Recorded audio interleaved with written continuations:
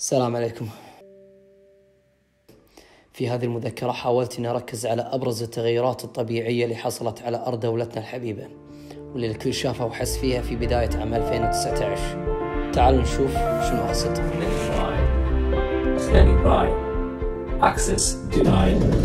في 2019 تغيرت شكل أرضنا جغرافيا بشكل طبيعي بسبب الأمطار اللي وصلت لها في أواخر 2018، وقامت النباتات تتفجر في شوارعها وكل رقعة في هذه الأرض الطيبة.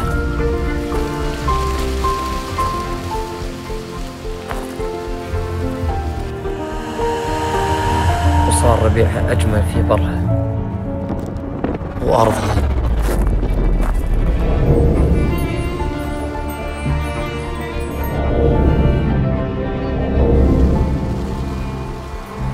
وقامت أنواع النباتات والزهور تطغي على كل الأماكن، والأجمل من هذا كله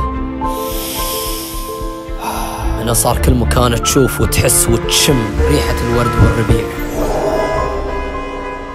هذه هي أمطار الخير اللي نزلت علينا.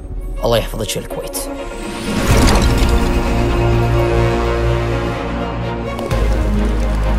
وصار ربيعها أجمل.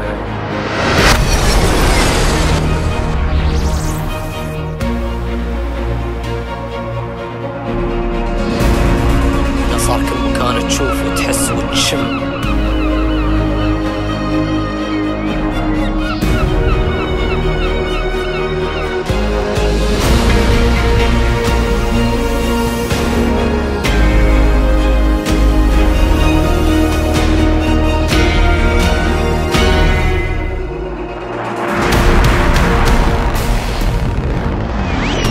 هذه هي أمطار الخير.